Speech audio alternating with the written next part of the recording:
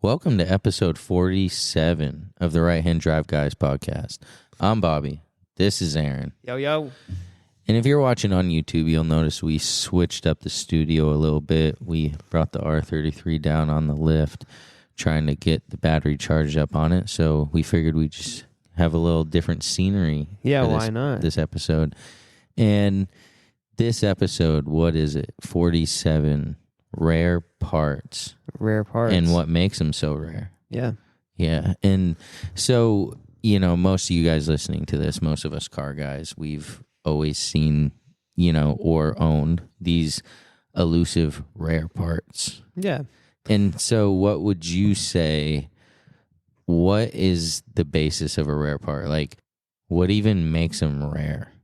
Yeah, I think it could be one of two things, right? Like, either it's a new part they're making nowadays and the production numbers are so limited that it sells out before anyone can get it.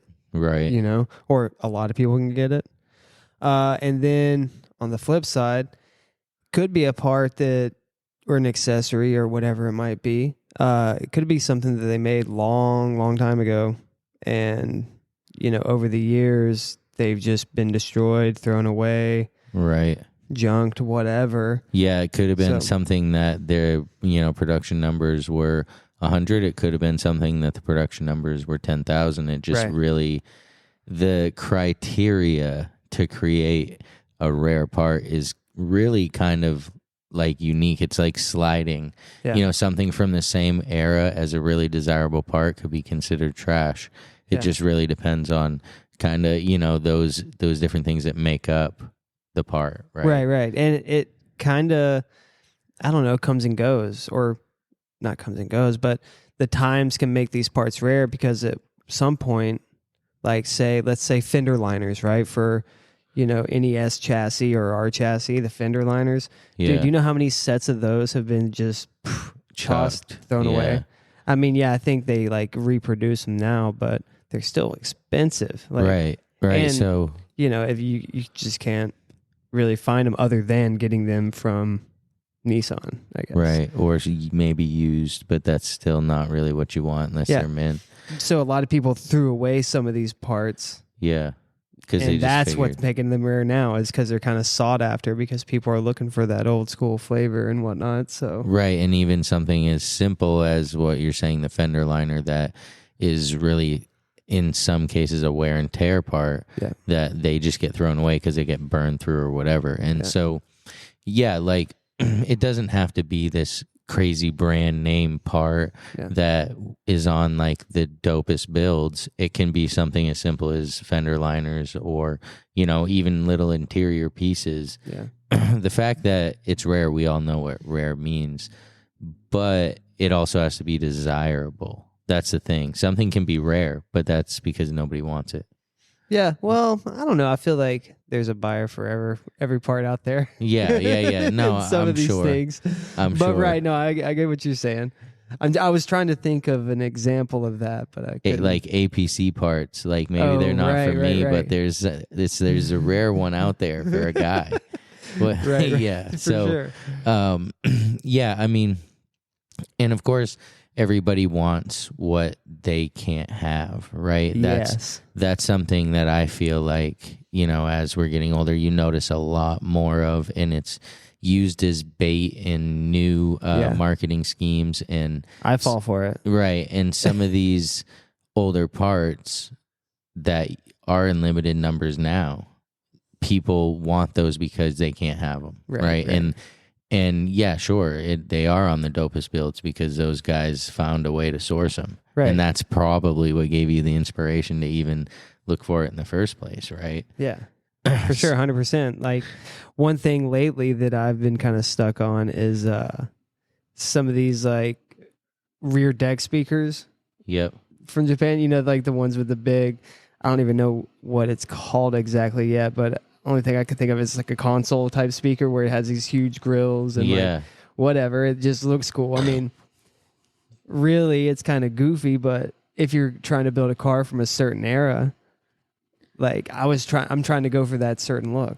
Yeah. So I thought it would be cool to have one of those. Yeah, they're like bubbles, right? Like bubble, like grill type things. Yeah. They just look like external speakers. Like, they look like and they have like a nice enclosures, and like they usually say whatever, Carazaria or I Kenwood think the DB8 has like a mild version of those, and they are that brand. Yeah. So right, that's the thing. Is it's from everything from the dopest wheels or valve cover, the rarest, items, to speaker grills and and a lot of people throw those away because like once the speaker's junk, like they get just rid toss of it. So but they don't realize, and I'm sure I've been guilty of that too. You threw something away because at the time there was no value, there was no demand, but fast forward 12 years and you're like, dude, those things are on Kruger for $200-$300 and the speakers are blown out, like they don't even make any noise, but it's just it's the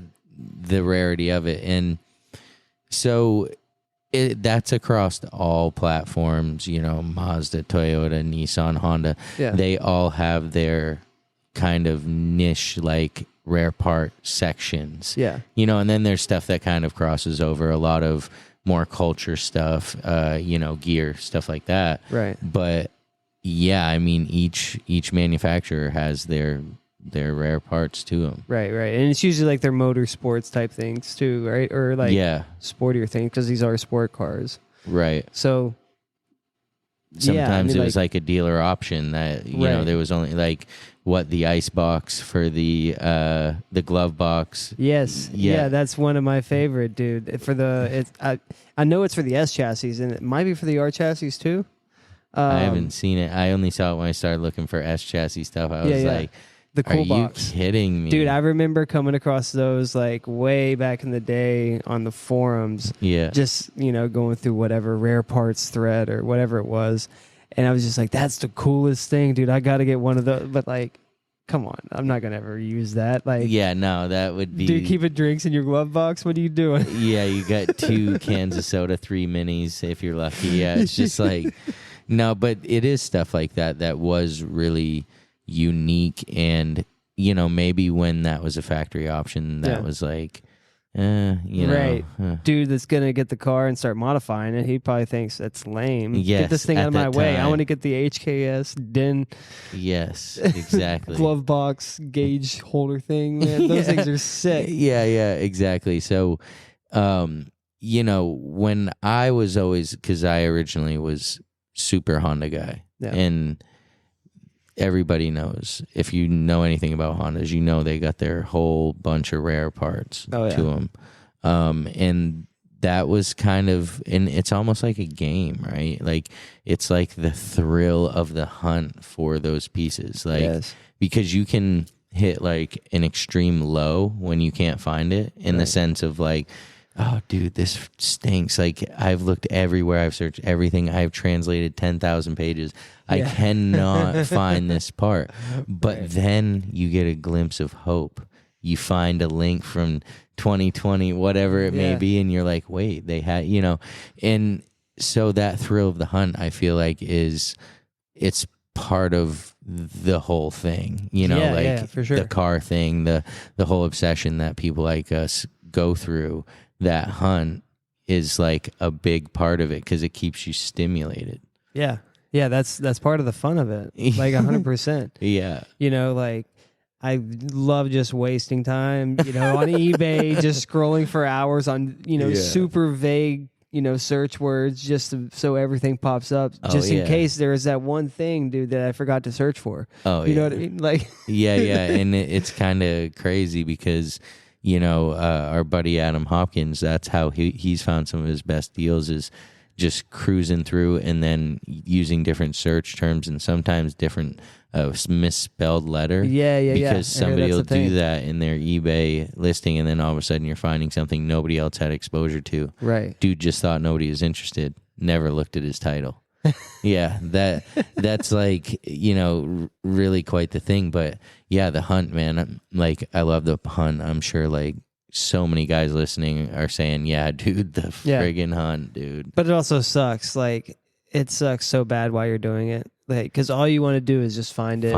Like, dude, just send over the PayPal. Yes, or whatever. Yes, dude, absolutely. Like, all you want to do is find this thing, and like no one, I don't know, I feel like no one outside of car culture would really even understand that, like unless they collected in the, like I guess some of those like intense collectors would, but this is such a like smaller community in the sense of where these parts ever even went. Yeah. You know, compared to, let's just say, Pokemon cards or something, right? Like, those were distributed worldwide. These parts mostly were distributed in Japan. Right. Dude, yeah, I've been in that situation where you're, like, sweating because you're, like, looking so hard and you know you've wasted time. The battery's going down on the phone. Dude, you finally find it. Your pinky's going numb. Yes. You finally find it. You don't even switch the currency to dollars. You just pay in yen. Dude, Screw it. know. Yeah, you're just running it, dude. Yeah, I definitely feel that it's a love or hate thing with the hunt. Like, you hate to do it, but you love to find it. Right. Yeah. And so, of course, you know, whether they're rare parts or regular parts, ordering, you know, these parts and seeing the whole project come together is always super rewarding.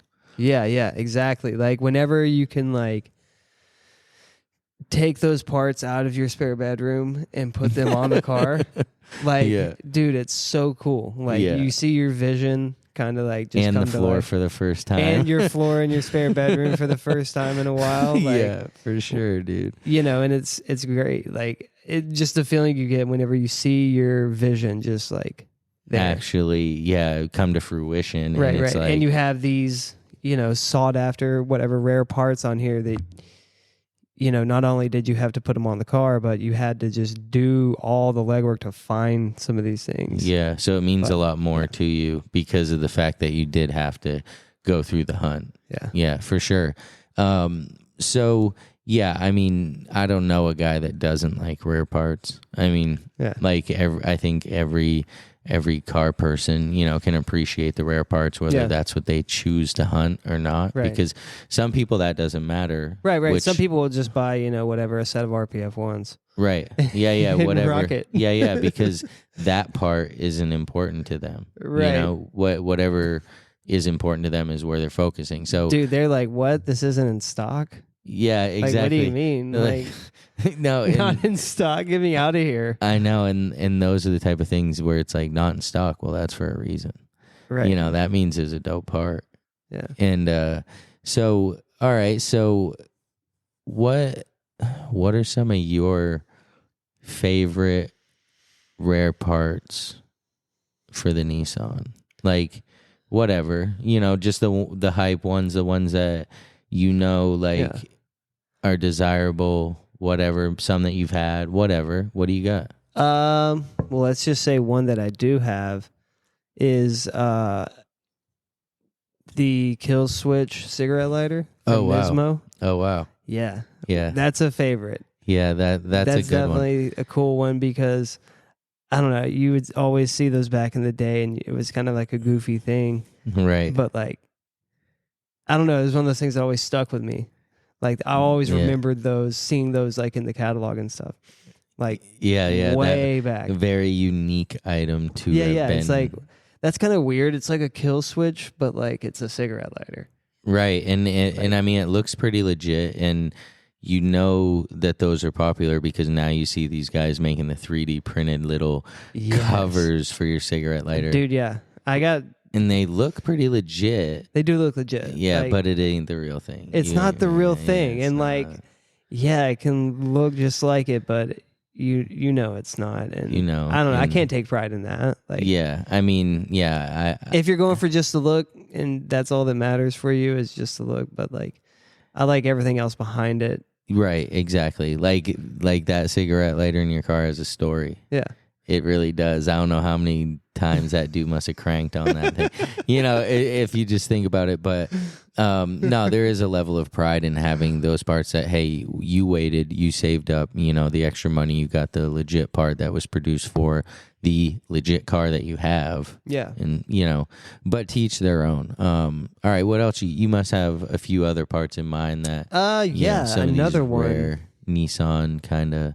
Whether it was OEM optional, aftermarket. Well, another one I always think of is Ganador mirrors That's kind of one for like, a lot of makes and models. Yeah. But specifically for the R chassis, S chassis, dude, they are like so expensive nowadays. Oh, for sure. And like, they are in demand. Back in the day, you could get them brand new for cheap.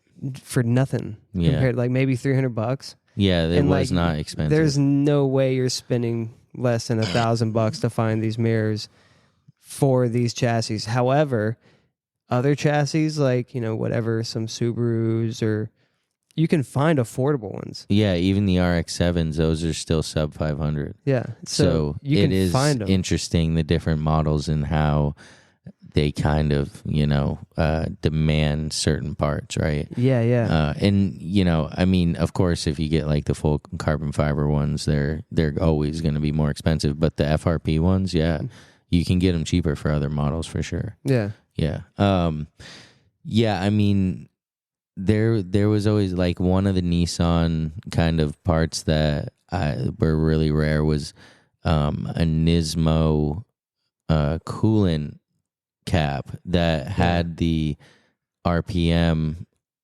gauge on it, like not a legit one, but a picture of it. Yeah. And they only made like a few of those, and it was the old logo. It was like, it just looks really sweet, but just something as small as the coolant cap. Right. I think I've seen one of those pop up, and it was like super crusty and like just beat, and they wanted like $5,000 for it. I'm like, what is this even off of? Yeah. Is this off like a whatever Camry or something? Something, because it was the old logo, but that's just one of those parts that's like just rare. Same with anything off from a 400R or any of those higher model cars. Those parts, like I saw the oil cooler from a 400R selling for $1,600. Yeah, and that was like decent change for just the core for the oil cooler. I was just like, whoa, like, some of these parts, especially for these cars that are now in more demand, they can really command some like serious change. Yeah. Like what RB26 is even right now, the price on them is sky high. Yeah. I mean, you can't find one for under 10K. Yeah, like, literally. And 10K is going to be like just the motor.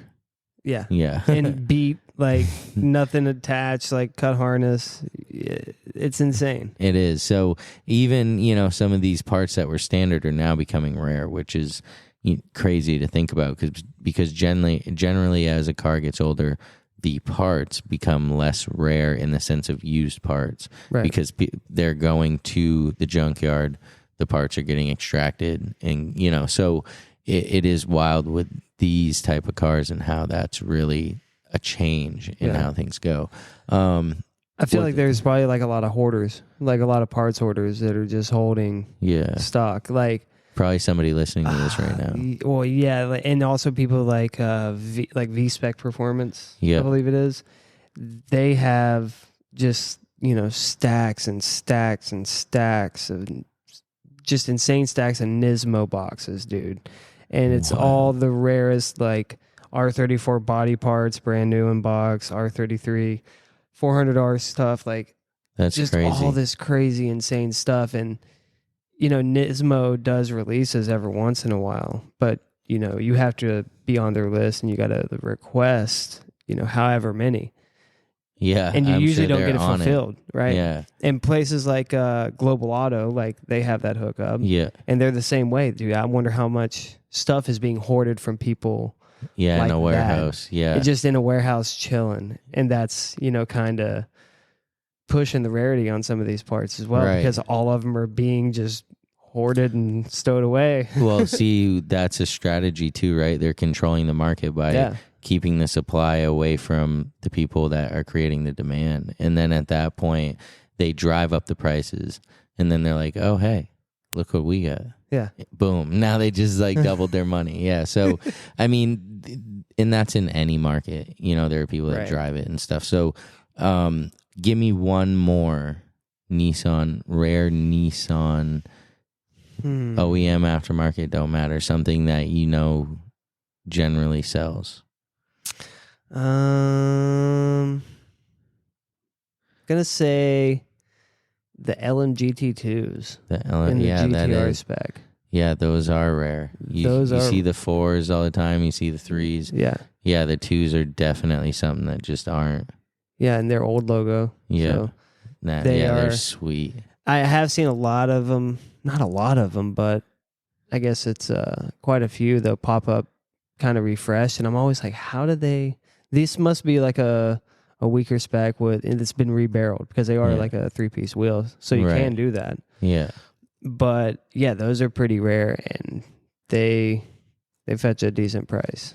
Yeah, I would love a set of those. Those are really cool on the 32s, right? Yeah. Yeah. Yeah, I'd be paranoid. Like Well, yeah, of course. I mean, they'd be over back on the wall. Yeah, which I bet there's that. there's a lot of guys like that just have some of these like ultra rare wheels just on the wall.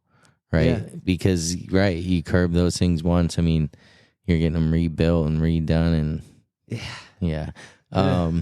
So I was gonna spit a few of the Honda parts, and it's Honda is synonymous with Spoon and Mugen. Yeah. Like between Spoon and Mugen, of course there's Jay's Racing is Too Much Respect, and a lot of others, but like Spoon and Mugen are definitely like synonymous with Honda, and I feel like Hondas have a lot more companies that provide these rare parts. Yeah, for sure. Like that for were like more involved cars, at the beginning. Yeah, and created that demand. And so when it comes to Mugen, I remember, and Honda also had a lot more copycat, like kind of Chinese or whatever companies trying to create the parts for Hondas. Yeah. And so one of the biggest ones was always, and I know a lot of guys will remember this, was the Mugen valve cover. Oh, yeah, the Mugen valve cover, dude. And it was hard, like, it wasn't impossible. Like, obviously, we're all car guys. We can sniff out the fakes. We don't want the fakes because it dilutes the real stuff. But these suckers were good, dude. Yeah. They did a good job. Those Chinese people did a great job, dude, mimicking this valve cover because they were fooling some big names with those things. Yeah. But the Mugen valve cover was a super limited item that got put out in the 90s, and they didn't come out with more. So there was some guys that got them, of course. Yeah. There's some probably on walls and wherever somewhere.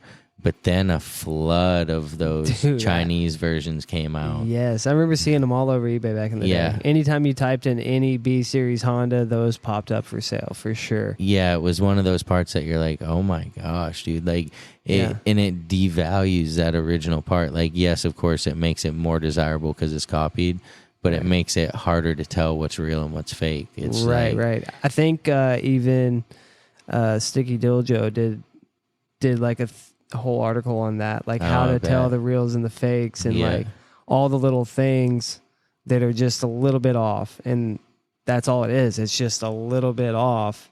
Yeah, the tiniest bit. They just didn't get their measurement or their centering. Yeah, and so that's definitely the downside to rare parts is the copycats. Yeah, you could get burned. You definitely can, dude, and that's. And some people do that for a living, so they know how to burn you.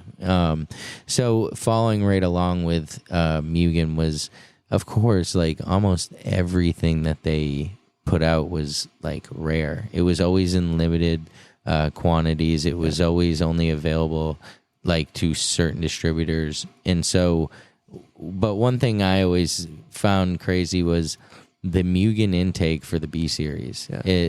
And a lot of different companies did this, but it was just wild, that Mugen would put out an intake that was just like the cone. Like, it wasn't the intake neck. It was just the cone.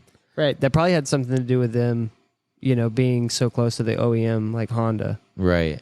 And they probably knew that they didn't need to replace that. Like, right, they really didn't. Because if it doesn't collapse, it's going to be the same size as like the aluminum tube they would replace it with. Yeah, absolutely.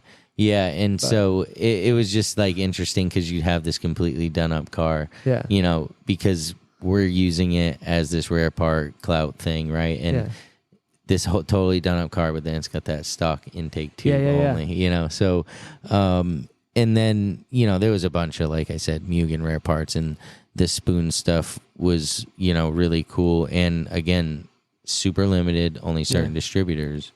And so you have those carbon Kevlar intake tubes and the spark plug covers, you know, the iconic spoon yellow valve cover. Like all those things, the genuine things, are all still expensive. You know, they're still rare. You still can't find them. And you can't even find them at their store. Yeah, literally, it's almost... You can't even get a sticker at Type 1, dude. Yeah, you literally can't. You go into Spoon Type 1 and you want anything, no T-shirt, no sticker. Dude. Shoot, man. If you can sign a wall, and you can look at some cool cars. And you're lucky to walk out of the bathroom with toilet paper on your shoe, man. They don't even let you get away with that. Like, they don't sell nothing. Speaking from experience. Yeah.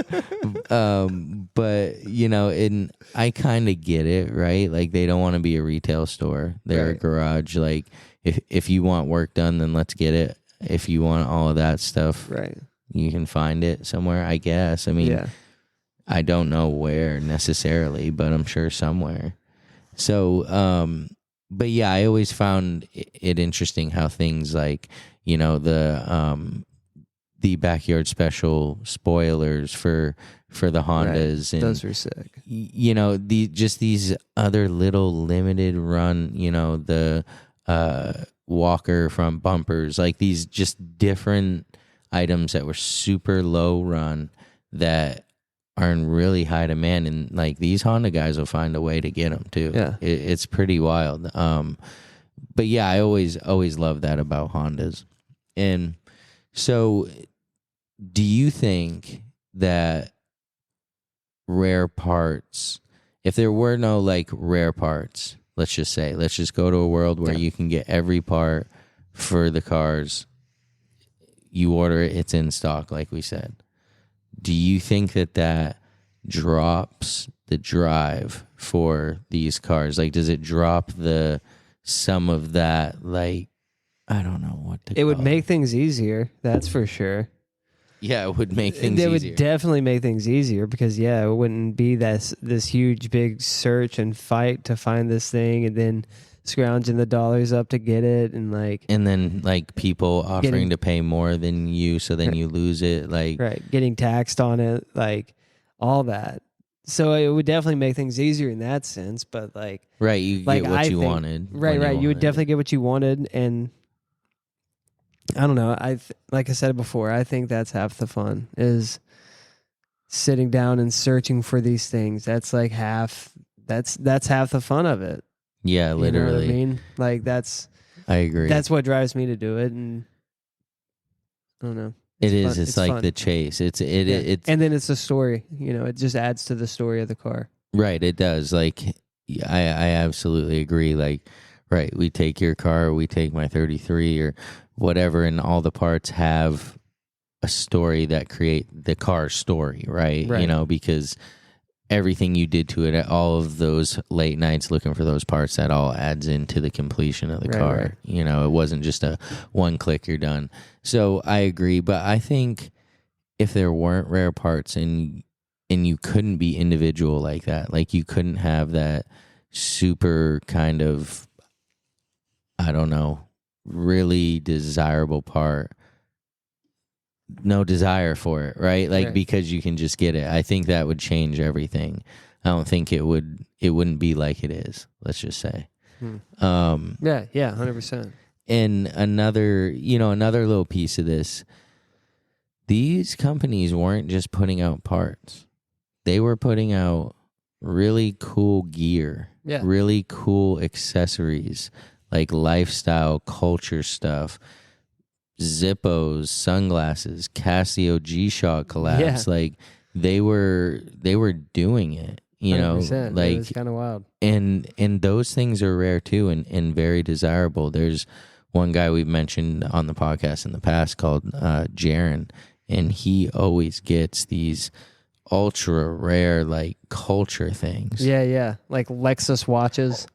Like HKS building signs, Nismo building signs, like jacket, like any sort of clothing gear. Like he's posted some Nismo gear that like it doesn't even make sense. Like he has one like it's like a sweater, but it's dude, the print on it just does not look like anything that you would ever think would be a Nismo shirt. Yeah, it's pretty like wild. All gold and has these crazy patterns, and it's just like, what even is that? And he has the work suits, like the Mazda Affinity like work suits, like just a bunch of cool stuff. So like the rarity and the desire goes far beyond the parts, you know.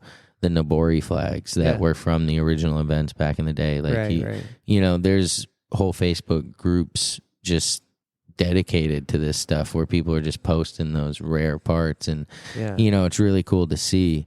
And we could, I'm sure, go on all day about different manufacturers and the rare parts associated. Yeah. But I'm sure whether you got a Mazda, Toyota, I'm sure you know in your lane where those kind of rare parts lie. So we don't want to go too far on it, but I'm definitely looking forward to the next hunt. What about you? Oh yeah. Yeah, it's like a never-ending hunt. It's kind of crazy. Seriously. Yeah, just add it to the save list, add it to, you know, whatever it may be, the wish list. Oh yeah. But so for today, this is episode 47, all about the rare parts. Make sure you hit us in the DM with any questions, suggestions, whatever it may be. You can subscribe to us on YouTube. That'd be dope. And you can find the merch and the rest of the podcast on rhdguis.com. I'm Bobby. This is Aaron. See ya. Peace.